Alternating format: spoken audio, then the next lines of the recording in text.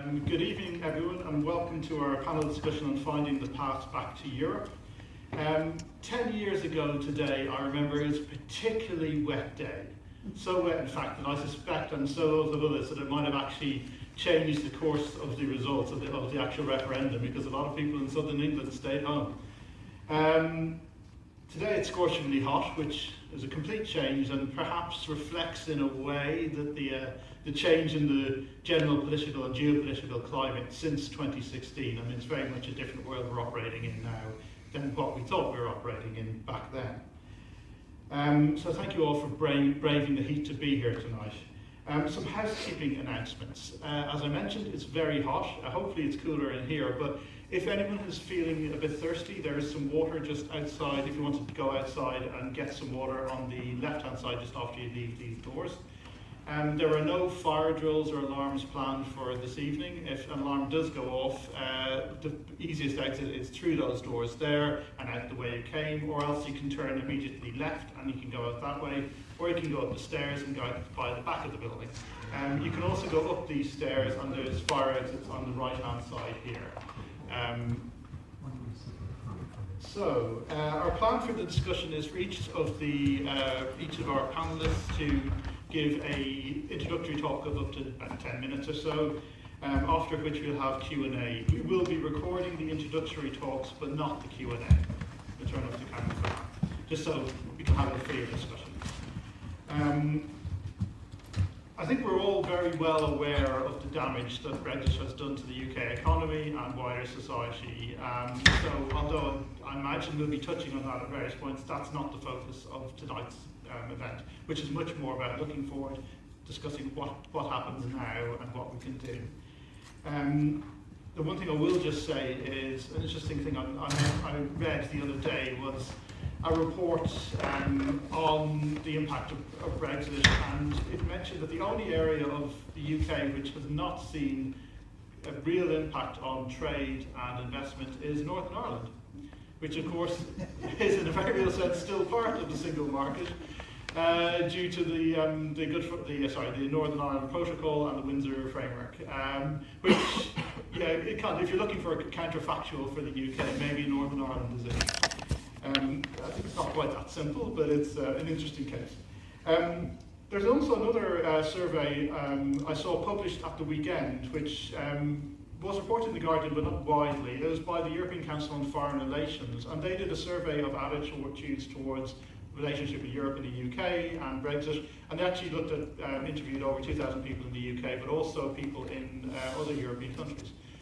Their findings weren't exactly groundbreaking. Most of them were very much in alignment with other recent surveys, but they did pull together things very nicely. And one of the things they found was that UK voters felt that Brexit had made things worse on almost every single policy area, including key ones like immigration, the economy, defence. Very overwhelmingly at 4 or 5 to 1 against.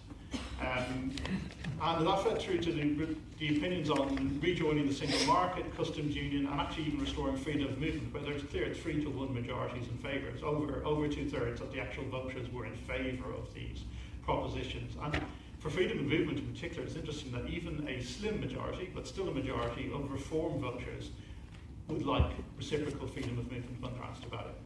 And I think that's one thing, particularly freedom of movement. It's often portrayed as a cost of single market entry, and I think we should start thinking and talking about it a lot more as one of the benefits of being part of the single market. It's not a barrier, it shouldn't be anyway.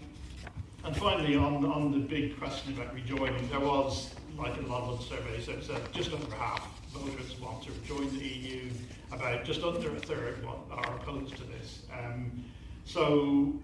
But the interesting thing, they also asked voters who were too young to vote in the referendum, and among them it was 70% in favour of rejoining. So quite interesting to see there's a shift happening there. And one of the things about it was it's not just economic. They also asked about wider geopolitical factors. And one of the findings was that UK voters were much more likely, by about 4 to 1, to say that the EU and its member states are reliable allies for the UK and share the UK's interests. than the USA. And I think that's also feeding into this general, the way people are thinking about this topic. So as we prepare for a 7th Prime Minister in since Brexit, since the referendum, basically the question is what comes next? What should we be aiming for? What should we be doing to get it? And how long might it take?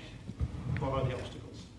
And to discuss that this evening, we've got a great panel here who I will start over on the far right, but not politically, I have to hasten that. James Coldwell, who's a senior manager for external affairs for Best for Britain.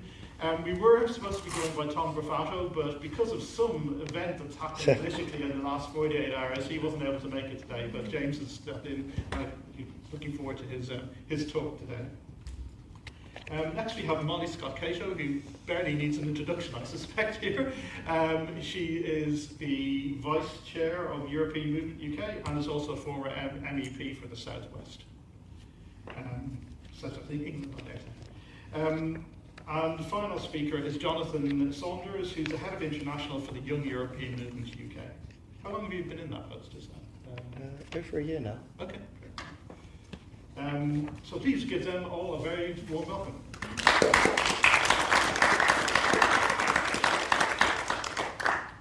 So as I mentioned, each of our panelists will give about 10-minute introductory talk, and then we'll take questions from the audience. And Camilla will have a roving mic for that. So if you do have a question, please hold up your hand, wait till the mic gets to you, and then everyone else will be able to hear your question as well. And also, we actually won't be recording it, so that's not a factor. So I'd like to ask Molly to give her opening address. Thank you very much, Paul. Is that working? Yeah. Or am I just booming out? Good. Yes, thank you for coming. I always like to be in Cambridge. I say to Paul, just invite me, I'll always come, partly because my son lives here, but also because it's always the most pro-EU place I come to, and I know I'm amongst friends, and that was really a relief back in 2016, but it's nice to be here again today. I totally agree with what Paul said at the beginning, which is about we have to stop looking back and we have to start looking forward now. But I think it's important that we do notice the incredible damage that's been done to our country, to our economy, to the cohesiveness of our society by the disastrous decision that was taken 10 years ago. We've also seen a very strong impact on our standing in the world. We just look diminished on the global stage, and you know, it's obvious that geopolitical forces were part of what lay behind the campaign, and the players in the campaign and the funders of the campaign for us to leave the EU. It was a deliberate missile targeted at the EU as an organisation, as a peace organisation, as an organisation that rose above nationalism. And, you know, we shouldn't be naive about what we're engaged in here. And it isn't a coincidence that we've seen chaos in our politics in the past 10 years. It's a consequence, a deliberate consequence of the sort of campaign that was run. I, with my staff, organised an investigation into the far-right forces that were behind Brexit, and we had a little roadshow across the southwest, helping to inform people about that. So I think we should have that awareness that what we're talking about here is not just about our decision about whether to be part of Europe. It's about the power of Europe as an organisation that is still focused on regulation in the interest of citizens and will stand up against the authoritarianism that's just on the march across the world now. I think that's a very important way in which the world has changed over the past 10 years. We've seen the growth of oligarchs and strong men really coming into force. Obviously, Trump is the worst and greatest and most egregious example of that, but in many other countries, and it's an organisation of far-right parties and individuals who work together. I saw that in the European Parliament, but we also see that with Trump now supporting far-right leaders in South America. So I don't say this to depress you, I just say this so we know really what we're up against. I've got an early opportunity to flog my book now. No, I wanted to... this is a book about the oligarchs and what they're doing. I say a book, it's more like a pamphlet. It's sort of deliberately short to try and lure you into reading it. Just get in touch with me by Blue Sky if you'd like to read it. Essentially, it's about how the oligarchs have learned to operate in spaces beyond democratic control and what we can do about, to bring them back on shore, really, and to regulate the way they operate and stop them stealing all the value in the economy and using it for themselves, because that's really what lies behind people choosing to continue to vote for far-right parties. As a Democrat, I have to believe there's some wisdom in the decisions that people in this country make. And I can see the impulse that caused people to vote to leave the EU, and I can see the impulse that causes people to vote for reform. Obviously, they're making disastrous decisions to vote for the very people who will trash their interests, but nonetheless, they are right that the world is now not working in their interests, and the EU, when I worked there as a lawmaker, was very much about making laws that worked in the public interest. We had a lot of lobbyists coming in, but we as politicians had the power to resist them. Not all of us did do that, but I think that's the struggle that we see here. Who else other than the EU is going to stand up against those forces? So to me, it's that political and democratic struggle that's the most important struggle that we're engaged in now, and that plays out in this country and it plays out across the world. Of course, as Paul pointed out, there's also been massive economic damage. I mean, I am an economist by trade, and so that was clearly going to happen. You cut these close ties with your nearest and largest trading partner, that's going to have a devastating impact on your economy, and it has. Because Brexit almost exactly coincided with COVID, it's quite hard to distinguish between those two, and people will often say, oh, why hasn't the UK recovered as well from COVID as other countries? But the damage we're really seeing there is the damage caused by Brexit, not the damage caused by COVID. The National Bureau of Economic Research in the US estimated that we've lost 8% of the size of our economy, not 8% of growth or something, just like almost 10% of our economy has just evaporated because of the decision to leave the EU. And just to get a sense of the scale of that, it's about the same amount of money that we spend on the NHS every year. So that's the amount of money that's been lost. And it's clear that the government is starting to realise this, that they've come in with this idea about growth and they don't want to tax more, so they have to depend on growth. But they cannot achieve that growth without being members of the EU because of that vast amount of the economy that's disappeared because of our leaving. And this is why we're seeing very clear signals that Starmer was, Burnham, I think, is going to make a much closer relationship with the EU because that's essential to achieve all their other objectives.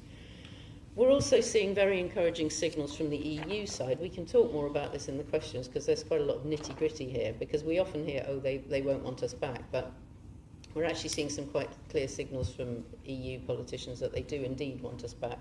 And because really, I think, of the security and geopolitical requirements and the insecurity that we have as isolated member states, as isolated nation states rather.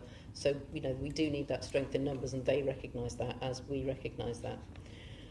So, I think, again, going back to what Paul said, it's just time to move on, isn't it? It's time to recognise that things have changed, the world has changed. Whatever decision we made 10 years ago, we need to look again at that decision and think whether it's right for us just now. The thing I find most infuriating is, you probably noticed this during the Makerfield by-election, people saying Makerfield is a Leave constituency, based on something that happened 10 years ago. These are, things that have somehow been caught in amber, and we're not allowed to change, and we're not allowed to question them. Democracy is about changing your mind. If you didn't change your mind, we'd have the same government forever, which is actually what the authoritarians want. But if Brexit wasn't the right thing, if the right thing is to be members of the EU, then we're perfectly entitled to make that decision now. And also, we're always constantly told that we need to respect that result, which is actually many people voted then who are no longer with us, whereas millions of young people have come to voting age and haven't had their say.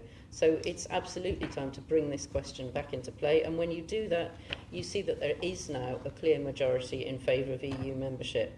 It rather depends on the conditions and the question that you ask, but the figures I've got are 51% to remain and 51% to be in and 35% to be out,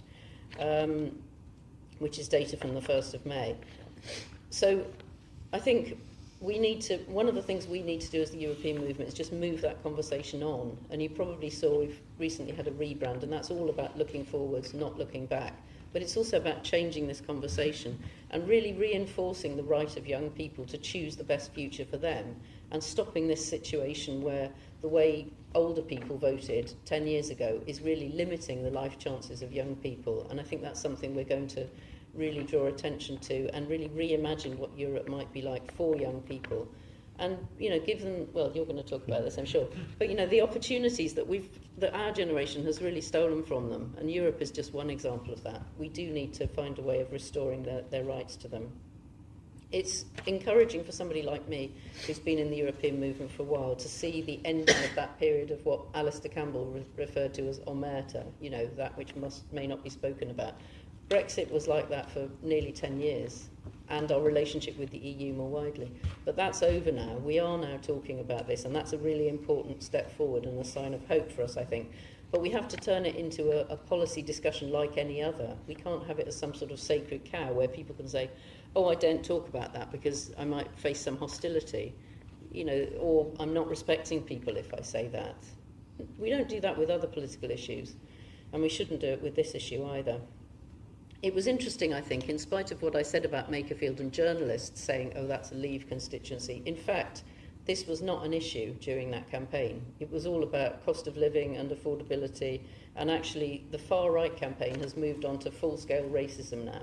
It's not about membership of the EU, it's just about targeting Muslims and targeting people who don't have white skin.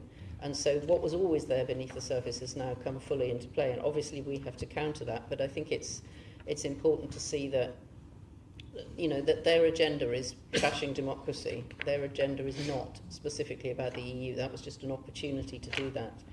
And actually, a poll conducted in the Makerfield constituency showed that actually a majority, even in that constituency, which was one of the most strongly for leaving the EU, showed that people there now are in favour of EU membership. So that shows you how opinions are shifting, and very much shifting in our favour. And a lot of that is just about the demographics, because older people are so strongly in favour of leaving the EU, and younger people are so much more positively pro-European. Nearly finished now, Paul.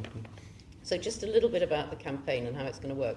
Again, I think this is something we can discuss, because we have different views about this, I'm sure, about what the campaign will look like and what the actual pathway back to European membership looks like. You know, the last speech I gave in the European Parliament, oh, I cried, it was awful, and I was in the Mail or something, with MEP boo-hoos, anyway. But one of the things I said is I'm going to be back in this Parliament, you know, making a speech here when we're members of the European Union again. Well, I'm 63, so there's not that much time left, so we need to get cracking with this. Never mind whether I could actually hack it being an MEP at my age. But, yeah, I think we need to be forward-looking, and we need to be confident about the fact that we will be EU members again. I have no doubt about that at all. It's just a question of what the route is, what the pathway is, how we mobilise support. It was interesting that Andy Burnham said the same thing and then immediately got jumped on. You know, he said in his lifetime, I think he's 56, so, you know, no, faster than that, please. But, yeah, it's basically a positive vision is what we need. Very often when you talk about should we rejoin the EU, people say, oh, but will we have to join the Euro? Will we have to join Schengen? All these ways in which we've always thought about European membership as something where we're going to take opt-outs, you know, rather than buying the full fat version. We're going to have to change that. When we go back, we're going to go back as positive Europeans buying into the whole package. Otherwise, firstly, it's not going to work. But also because being a European is a positive thing. It's not like something defensive or something you do for narrow economic interest. I mean, the thing I admire most about the EU has always been its mission, its peace mission. You know, it has kept peace in our continent, a continent riven by wars for centuries. And I think we need to find that really positive vision and just focus on that and not have these petty arguments about, you know, can we have our rebate back? That's not how it's going to work. And I also don't think we need to have a referendum to rejoin. You know, I'm quite a constitutional nerd, and I'm well aware of the fact that referendums don't work with our constitution. I think we've only had 4 nationwide ones, if I'm right. Most of those have happened very recently. The reason that Matthew Elliott and his cronies, forced us first to have a referendum on the euro, on AV. He ran the AV referendum and then he ran the EU referendum. And the reason he likes referendums and they like referendums is because they are incredibly divisive. And we saw that during the Brexit referendum. People say, I won't talk about EU because it automatically results in division. That doesn't need to be the case. We could have a much more engaged, informed, truthful process of citizen engagement that didn't result in a binary choice and actually left that choice to the politicians. I think we should take that route. I think the referendum the first time round was a disaster and a mistake by David Cameron, and I don't think it's constitutionally necessary. I know you might disagree, I know other people disagree, but that's something else we can talk about when we've given our initial words of introduction. But I do think what's really important is that all the parties that aren't on the right, I don't particularly like the word progressive, but I mean, it's likely after the next election we're going to end up with a traffic-like coalition government. And so what's vital is that red, green and orange, Lib Dems, Labour and Green, all have rejoining the EU in their manifesto. Now that's not going to be a problem for Lib Dems and Greens. It's already clear we will have that.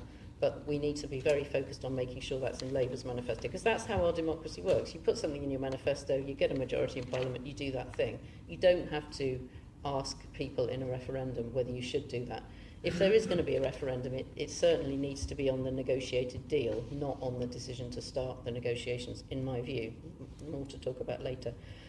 So I think the important points really are we need to have a popular campaign, and we also need to focus on Labour, probably now Labour under Andy Burnham, because that's where the movement needs to be made, and we need to really build the confidence amongst Labour politicians that the public is with this decision to rejoin the EU, and by giving them that confidence we will make sure that they have that in their manifesto, and then we will be able to have a majority in Parliament after the next election, which could come quite soon, for rejoining the EU, opening those negotiations. I'm not confident that's going to happen, but I'm certainly confident that can happen, and it's down to us to make sure that it does happen. Great, thank you very much, Molly. I think, music, a lot of that was very much music to my ears. I think my Irish perspective on referendums in particular. So I think as our next speaker we'll have James up next. I think you might want to use the lectern. Yeah, great, thank you. You got slides then? I have got some slides, thank you. I'm going to go over that.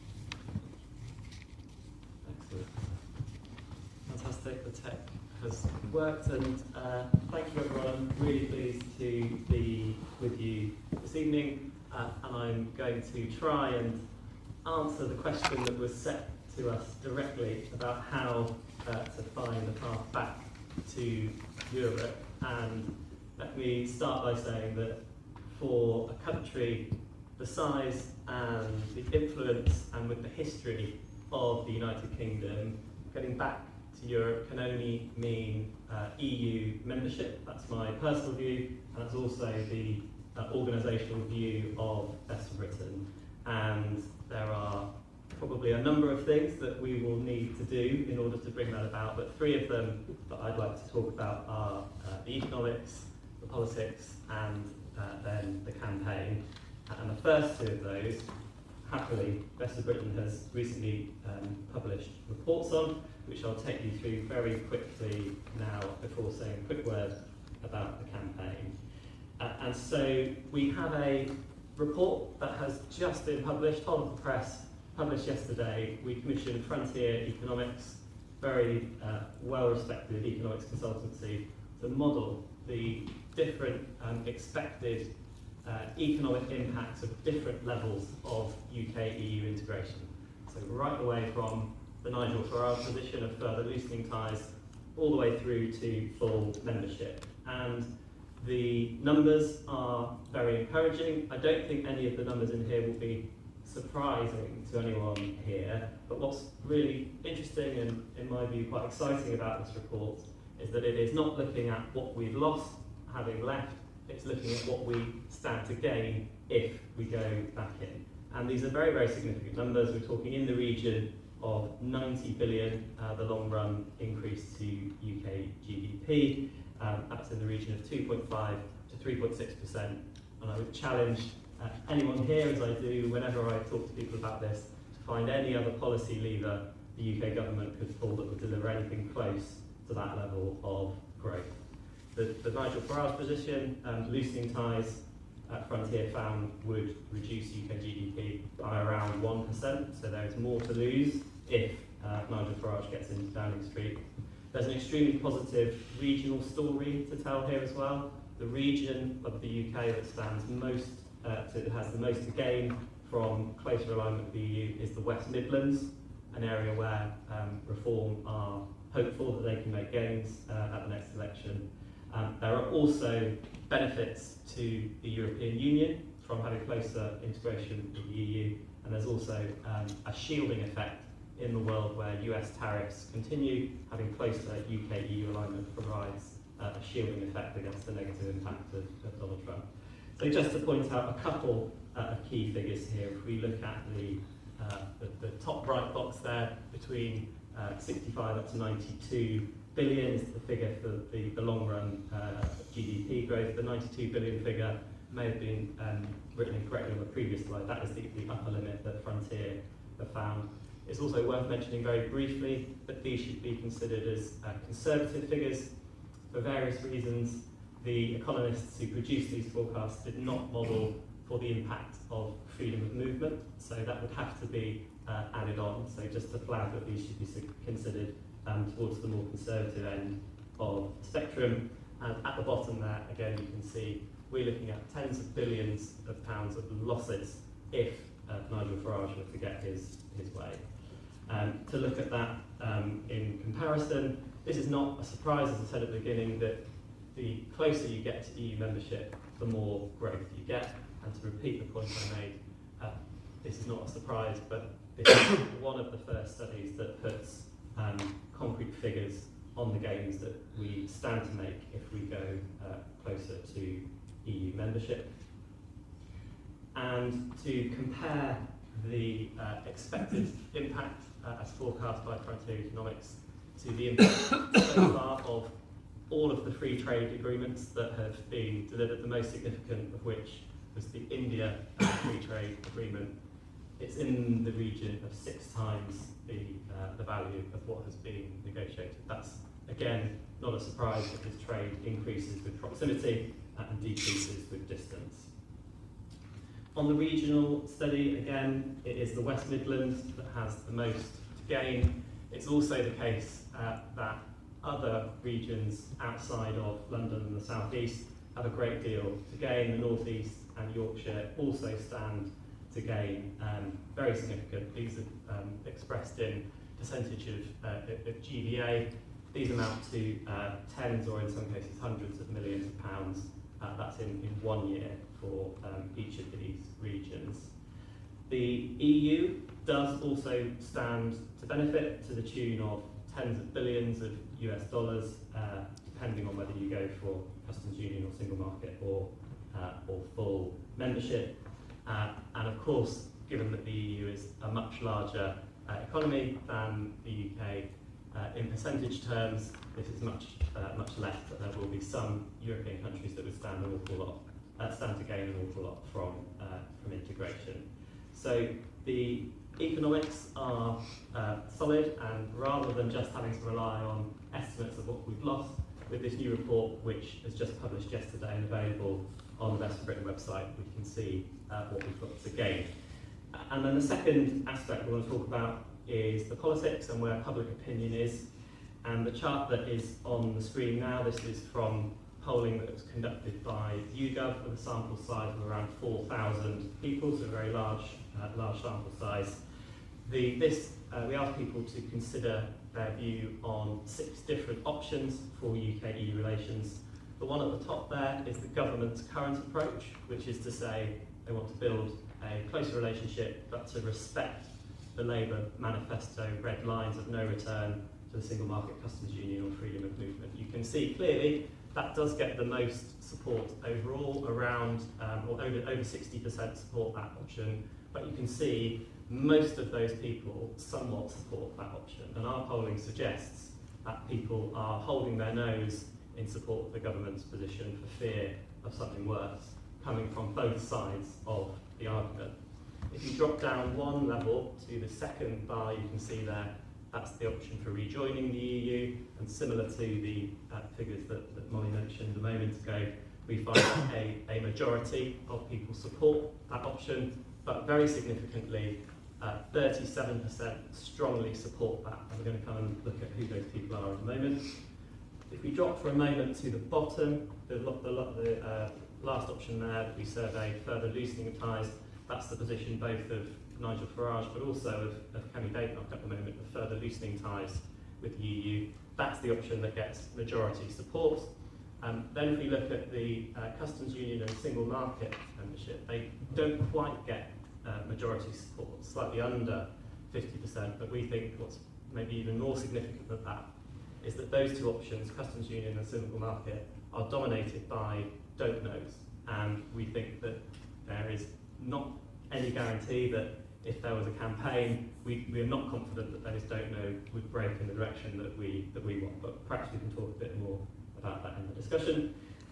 So just to see how these options that were on the previous screen break down by people's vote in the referendum, the government's option at the top there, as you can see, does secure majority support both from the Leave side and the Remain side. But as we've just seen on the previous slide, that support is broad, but it's very shallow.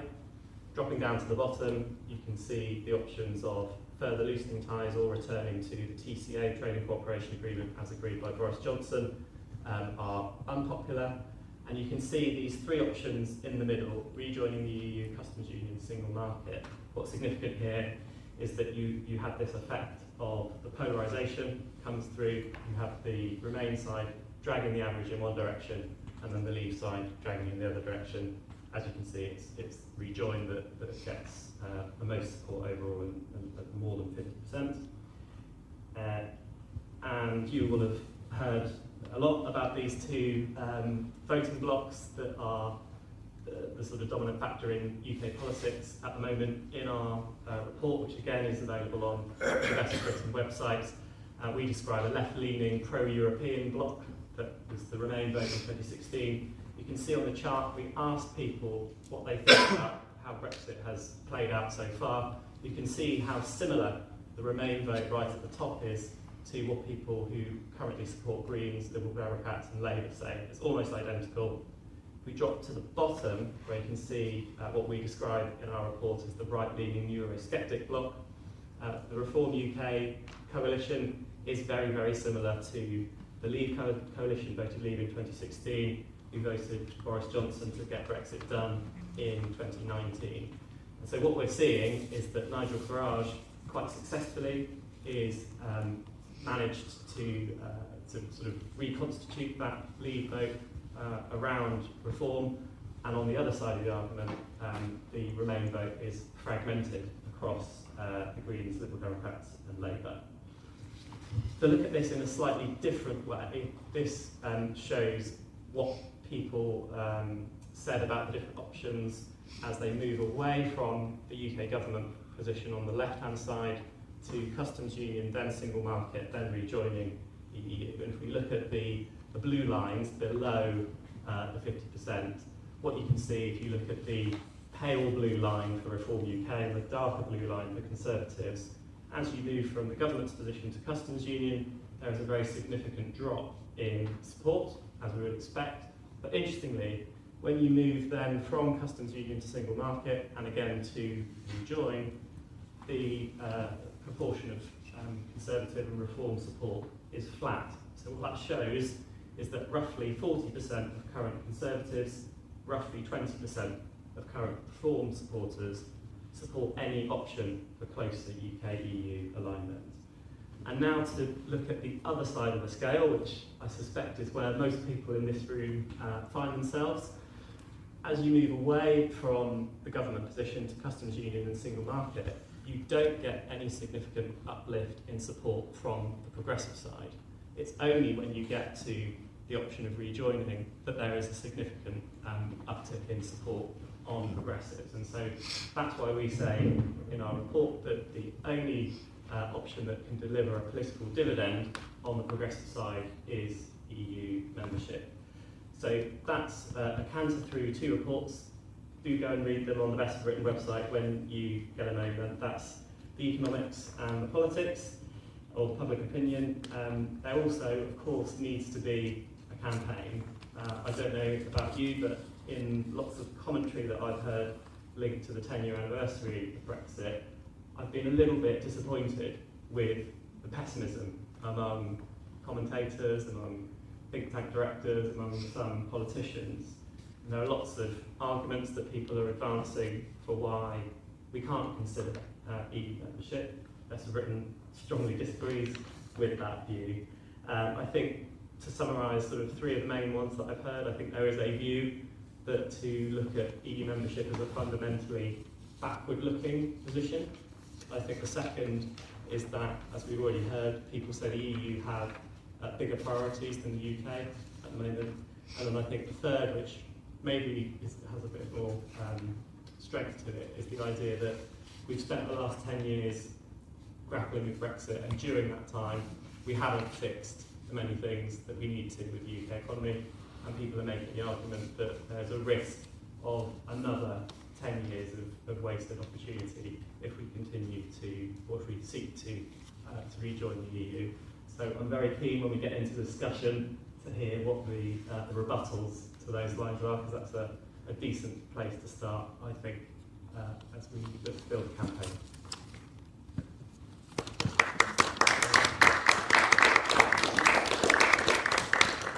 Great, thank you, James. I think Jonathan is next. You don't have any slides, do you?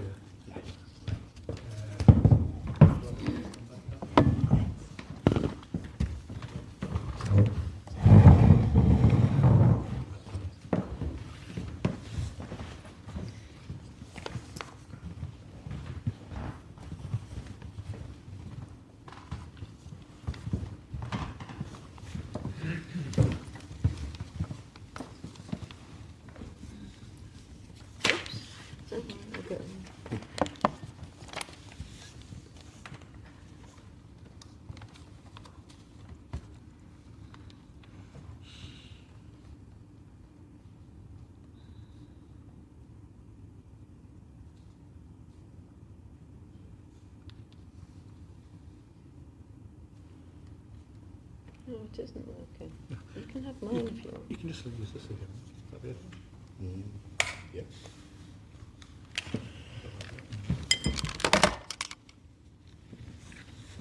Does this work? Tonight we are here to answer the question, what is the path back to the EU? It is impossible to do this without confronting the political crisis that engulfs the UK while we are sitting here. We are on the cusp of our 7th Prime Minister in the 10 years since a small majority of the electorate voted to leave the EU, and just 2 years since the Labour government was brought to power in a landslide under Keir Starmer. Some people say that the UK has become ungovernable. It is difficult to disagree.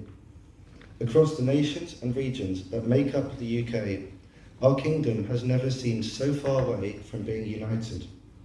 In the recent local elections, we have truly moved into an era of 5-party politics in England, with the Greens under Zach Polanski successfully pitching to Labour's left and Nigel Farage's reform to the Conservatives' right.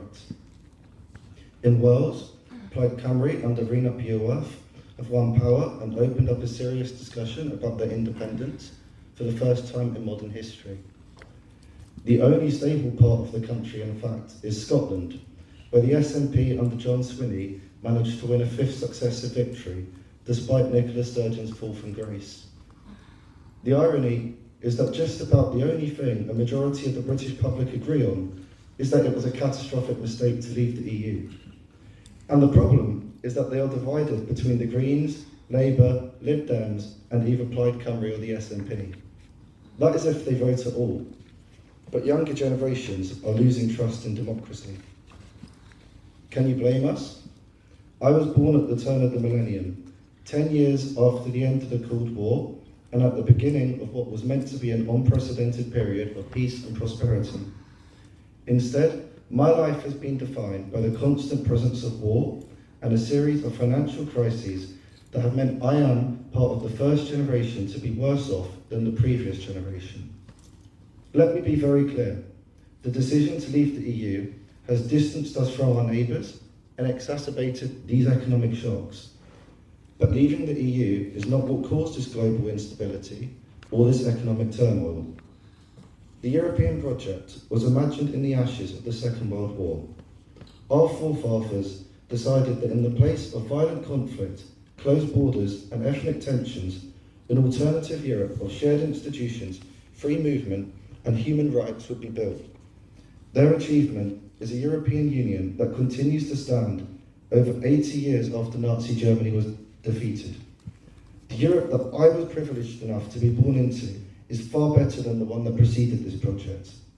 Yet this Europe is starting to crumble. It has not been taken care of as it should have.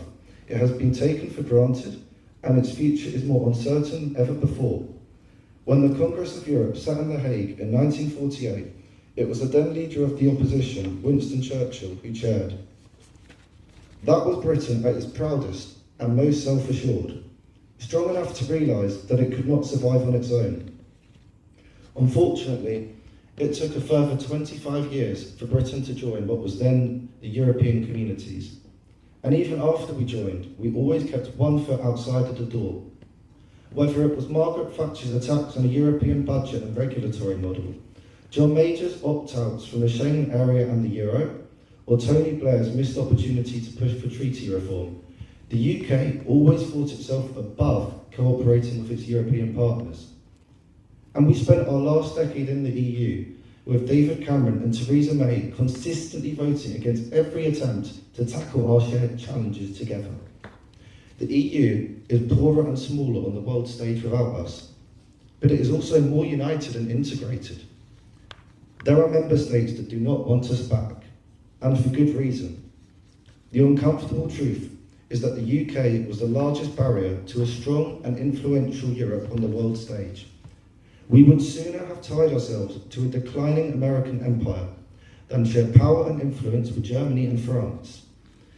But the only way Europe can thrive in this new international climate is through unity. Keir Starmer, whatever you think of his leadership at a domestic level, has done more than any Prime Minister since Ted Heath to promote a Britain taking up its responsibility of European leadership.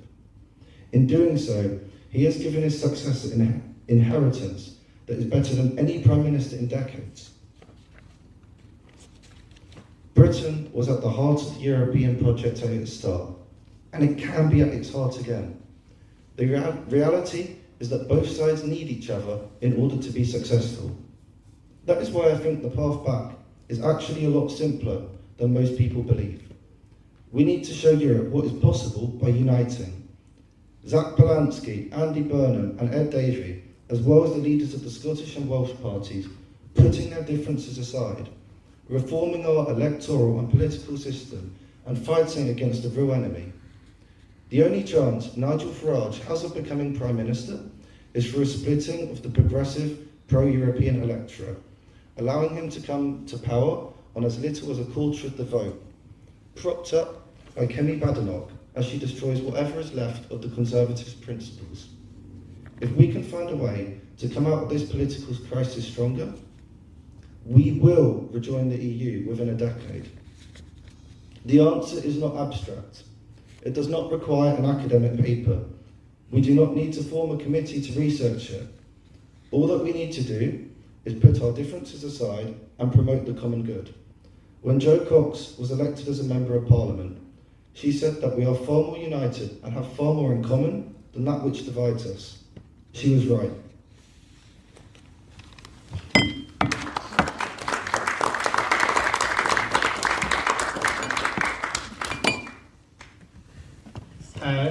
minutes for speakers. I am just going to turn off the video here, and then we can go to the question and answers.